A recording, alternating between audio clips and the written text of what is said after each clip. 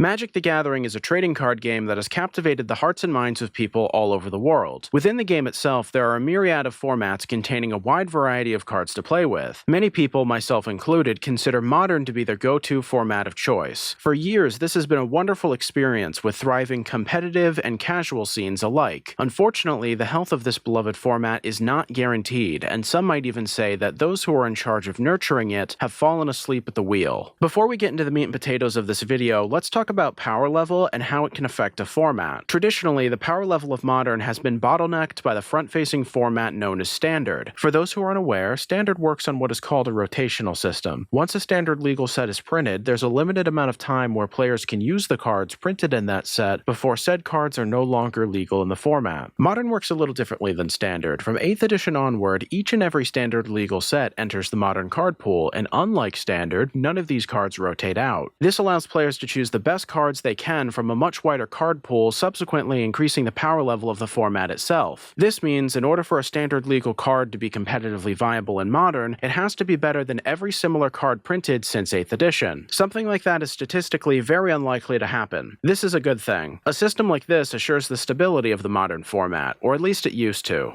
Enter Modern Horizons, the first direct-to-Modern set ever printed that includes brand new, never-before-seen cards. In case I wasn't entirely clear, the very existence of Modern Horizons means that cards no longer become Modern legal just by being printed into Standard, effectively bypassing the bottleneck that kept Modern stable for so long. The non-Standard legal cards from this set made their presence known almost immediately. Some of these cards replaced iconic Modern staples, while others were so oppressive that they required bans. The less-than-stellar response to Modern Horizons 1 likely taught Wizards of the Coast a few lessons in regards to game balance and the durability of not only the format, but the players that occupied it as well. Is what I would like to say. Unfortunately, Modern Horizons 2 saw how the previous set power crept the format and said, yeah, let's just do more of that. To keep this video from solely being an opinion piece, let's take a step back and look at the big picture of the Modern format through more of a statistical lens. If stability is the goal, then by extension, that makes any sudden and sweeping changes the enemy. Luckily, we have ways to quantify these concepts. Thanks to the beautiful people at MTGGoldfish.com, we can see in the last 30 days, the top 8 most popular decks in the format looked a little something like this. As you can see on the infographic, unless you currently play Amulet Titan or Burn, you have to be prepared to dedicate 22 to 36% of your deck to cards only printed in Modern Horizons 1 and 2 respectively. And no, the list does not count. In essence, the Modern Horizons idea has created a neo-standard, for lack of a better word. This really wouldn't be an issue if the format in question didn't already have a vast and extremely invested community, but it does. Anyone who has ever attended a major Modern event can attest to that. People not only love Magic, but they love Modern. I can't help but feel like some of these reckless changes are poisoning the well to some degree, and by doing so, it completely disregards the people that make up the community that plays this game in the first place. Speaking of which, the massive influx of newly created cards has an additional problem: the price. Cards like Force of Negation and Ragavan both go for around $70 a piece on TCG Player, while Wrenn and 6 does its best Tarmogoyf impression at over $100. This is to be expected to some extent. High rarity Modern staples have always been expensive, but it does beg the question: is the player comfortable committing hundreds, if not over $1,000 to a deck that might have 30% of its cards replaced in a few years' time? So let's pump the brakes here and play devil's advocate for a moment. A lot of the arguments brought up in this video hinge on the idea that the old Modern policy is better than the new one. If we take that away, all that remains is an influx of brand new cards into the format that are competitively viable. From Wizards of the Coast perspective, and I'm just hypothesizing here, so please don't sue me, this could represent a breath of fresh air into a stagnant, albeit popular format. Furthermore, very few people actually know the long-term plan for Modern. For all we know, the Modern Horizons idea could be a shot of adrenaline before a decade of consistency. There lies the problem, however. We as consumers don't and cannot possibly know that. All we can see is Modern Horizons 1 that blew up the meta, and Modern Horizons 2 that simply overtook it and to a ridiculous degree. If we follow this trend to its natural conclusion, it would be safe to assume that what comes next is another meta-defining set, be it very few borderline unfair cards or a large amount of viable ones. Regardless of which it might be, those cards don't already exist exist, and therefore, they, in their limited quantity, unlike a standard set, must be purchased at a higher price. With all of this in mind, it's important to note that none of this is indicative of how enjoyable the format currently is. Truth be told, there are some decks that I find to be quite fun. Before making this video, I almost exclusively created Modern-related MTGO content, and found that Esper Reanimator and Enchantress in particular were an absolute blast to play. Even so, none of this takes away from the fact that the stability that once defined Modern as a format is long gone.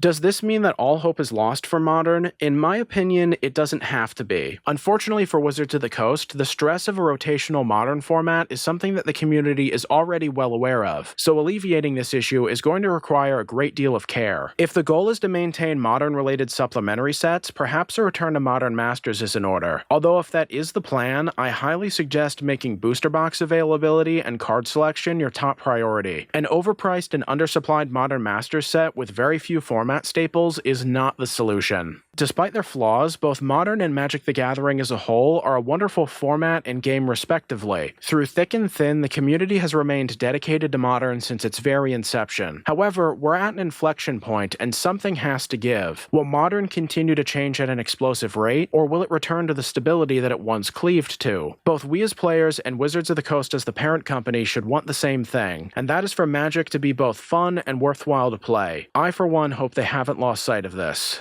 And there you have it. If you made it to this part of the video, I want to thank you for your time. Working on this has been extremely interesting to me. I've always been a fan of the video essay style, and figured if I was going to try it out, it should be about a subject my subscribers would enjoy. Regardless of how long you've been around, feel free to drop a comment below and tell me what you thought about the video. If it gets a good enough response, I'll likely start incorporating more videos of this style into the rotation. I also want to give a special thanks to all of my subscribers who have been extremely encouraging over the past few weeks. Each and every one of you makes this whole thing worthwhile, so thanks again. If you like this video, feel free to like, comment, subscribe, and hit the bell icon. Interaction is going to be super important this week, so I truly appreciate it. And as always, stay safe out there and have a good one.